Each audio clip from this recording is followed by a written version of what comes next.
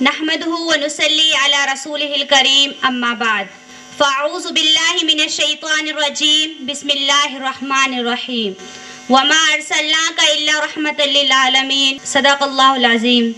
قابل احترام صدر جلسہ، معزز حکم صاحبان، مشفق اساتذہ اکرام و معلمات اعظام اور عزیز طالبات، السلام علیکم ورحمۃ اللہ وبرکاتہ.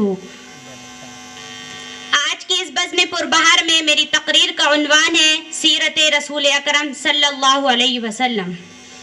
سامعات کرام، تاریخ انسانی کا سب سے کامیاب و باکردار انسان کا نام گرامی محمد عربی صلی اللہ علیہ وسلم ہے.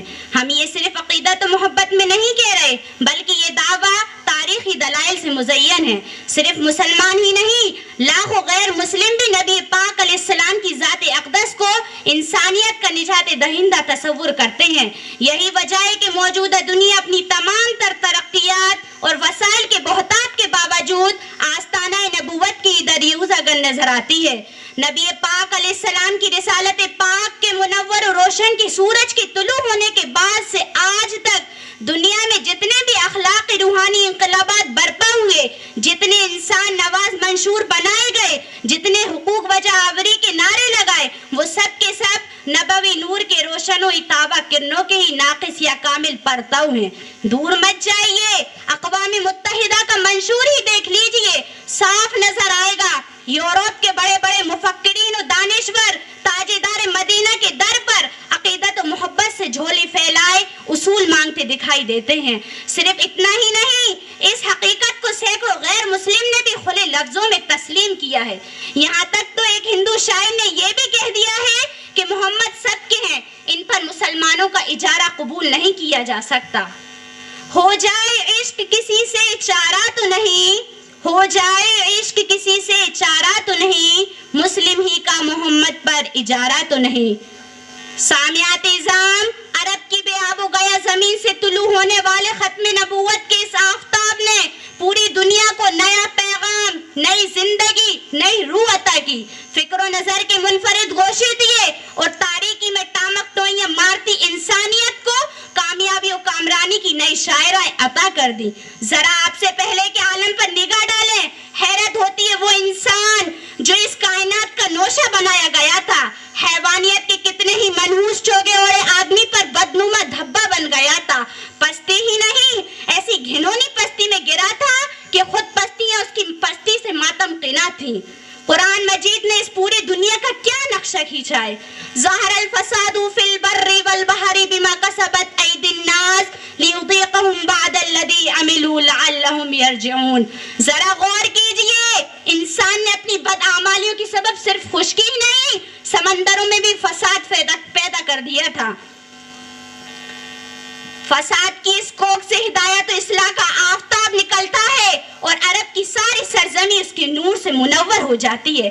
صرف عربی نہیں، چند دنوں میں محمد صلی اللہ علیہ وسلم کی رسالت کی مہک عجم کو بھی اپنے عطربیزوں سے سرشار کر دیتی ہے. خدا کی زمین دوبارہ خدا کے بندوں کی ملکیت قرار پاتی ہے اور اس میں چار جانب پھیلی تاریخیاں چھٹ جاتی ہیں. وہ کون بد نصیب ہوگا جو اس کی کرنوں کے صدقے سے لطف اندوز نہ ہوا ہو؟ حالی نے کیا خوب کہا ہے، وہ بجلی کا کڑکاتا یا صوت ہادی، عرب کی زمین جس نے ساری ہلا دی. نئی ایک لگن دل میں سب کی جگہ دی، ایک آواز میں سوتی بستی جگا دی. پڑا ہر طرف غل یہ پیغام حق ہے کہ گونج اٹھے دشت و جبل نام حق سے. صدر محترم، خلاصہ کلام یہ ہے کہ نبی علیہ السلام نے اپنی مختصر ترین مدت حیات میں پوری دنیا کی کایا پلٹ دی. 23 سال کے معمولی سے وقت میں ایک قانون، ایک نظام، زندہ و تابندہ دستور حیات، خاندانی و عائلی مسائل کا حل، سماجی ملکی مشکلات کا مداوع، بیرونی و داخلی رکاوٹوں کا علاج اور شیطانی دجل و تلبیس کی عقدہ کشائی بڑی کامیابی و چابک دستی سے کی اور انسانیت کی پیشانی پر پتے کالک کو مٹا کر سعادت و خوشبختی کی نئی عبارت کندہ کی اور ایسے معراج پر فائز کر کے کامیابی کی کنجیاں یہ کہتے ہوئے عطا کر دی، الیوم اکملت لکم دینکم واتممت علیکم نعمتی وردیت لکم الاسلام دینا. اور ساتھ ساتھ یہ بھی فرما دیا جب تک اس دین سے کامل وابستگی رہے گی چومتی رہے گی. وَلَا تَهِنُوا وَلَا تَحْزَنُوا وَأَنْتُمُ الْأَعْلَوْنَ إِن كُنتُم مُؤْمِنِينَ. ہر مشکل میں نبی کو اسوہ بنا کر کہہ دیا گیا کہ کامیابی و کامرانی کے لیے اسوہ کامل ہے. لَقَدْ كَانَ لَكُمْ فِي رَسُولِ اللَّهِ أُسْوَةٌ حَسَنَةٌ لِمَنْ كَانَ يَرْجُو اللَّهَ وَالْيَوْمَ الْآخِرَ وَذَكَرَ اللَّهَ الْكَثِيرَ. لہٰذا اس دین سے حقیقی وابستگی کا ثبوت دیتے ہوئے اسی نبی کو اسوہ بنانا چاہیے تاکہ کامیابی و کامرانی کی شاعرائیں کھل سکے. اب میں اپنی تقریر کو اس شعر پر ختم کرتی ہوں. کہ محمد سے وفا تو نے تو ہم تیرے ہیں, کہ محمد سے وفا تو نے تو ہم تیرے ہیں, یہ جہاں چیز ہے کیا لوح و قلم تیرے ہیں. وآخر الدعوانا الحمدللہ رب العالمین. السلام علیکم ورحمۃ اللہ وبرکاتہ. اب اس کے بعد علیشہ بنت شریف صاحب آئیں. نحمده ونصلي على رسوله الكريم. أما بعد, قال الله تعالى في القرآن المجيد: فأعوذ بالله من الشيطان الرجيم. بسم الله الرحمن الرحيم. لقد كان لكم في رسول الله أسوة حسنة. محترم صدر جلسہ و حکم صاحبان اور معزز اساتذہ کرام و معلمات اعظام اور عزیز طالبات, السلام علیکم ورحمۃ اللہ وبرکاتہ. آج کی اس بزم پربہار میں میری تقریر کا عنوان ہے سیرت رسول اللہ صلی اللہ علیہ وسلم. محترم سامعات, ذرا آج سے 1400 سال قبل کے انسانی معاشرے پر نظر دوڑائیے. آپ دیکھیں گے کہ اس وقت انسانی بدبختی اپنی انتہا کو پہنچ چکی تھی. ساری انسانیت نہ صرف مسائل میں گھری ہوئی تھی بلکہ اپنے خودکشی کا سامان فراہم کر چکی تھی. دور جاہلیت میں وہ کون سا مسئلہ تھا جو انسانیت کے لیے ناسور بنا تھا؟ انسانی زندگی کا وہ کون سا پہلو تھا جو انسانیت کے لیے رسوا بنا تھا؟ ایسے تاریخ اور انسانیت سوز ماحول میں محمد عربی صلی اللہ علیہ وسلم کی بعثت ہوئی اور 23 سال کے مختصر عرصے میں آپ نے وہ عظیم انقلاب برپا کیا کہ تاریخ انسانی اس کی مثال پیش کرنے سے قاصر ہے.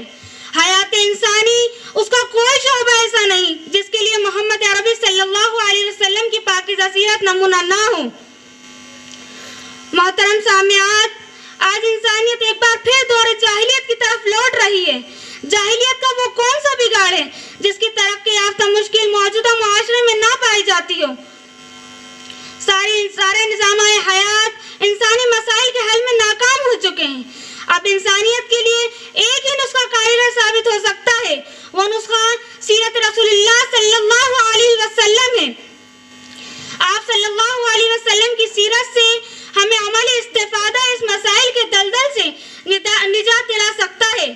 آپ صلی اللہ علیہ وسلم کی سیرت میں قیامت تک آنے والی انسانیت کے دکھ درد کا علاج پہنا ہے. اسی لیے اللہ تعالیٰ نے آپ صلی اللہ علیہ وسلم کی سیرت کے ایک ایک پہلو کو محفوظ رکھنے کا اہتمام فرمایا ہے. تاریخ انسانی میں اس کی مثال ملنی مشکل ہے. سامعات بعض موجودہ دنیا کی بدبختی شومۂ قسمت کا واحد علاج یہ ہے اسے اللہ کے نبی پاک سے جوڑ دیا جائے کہ انسان غربت و افلاس, تنگ دستی و بھوکمری, زناکاری و قمار بازی, شراب نوشی و ظلم زیادتی, دختر کشی, قتل عام جیسے لا علاج امراض کا ایک ہی حل ہے کہ انسان دوبارہ آستانۂ نبوت سے منسلک ہو جائے. یہیں سے انسان کو بھٹکی ہوئی انسانیت کو راہ دکھائی جائے گی. اب میں شعر پر اپنی تقریر کو ختم کرتی ہوں. محمد کی محبت دین حق کی شرط اول ہے. محمد کی محبت دین حق کی شرط اول ہے. اگر وہ اس میں خامی تو ایمان نامکمل ہے. السلام علیکم ورحمۃ اللہ وبرکاتہ.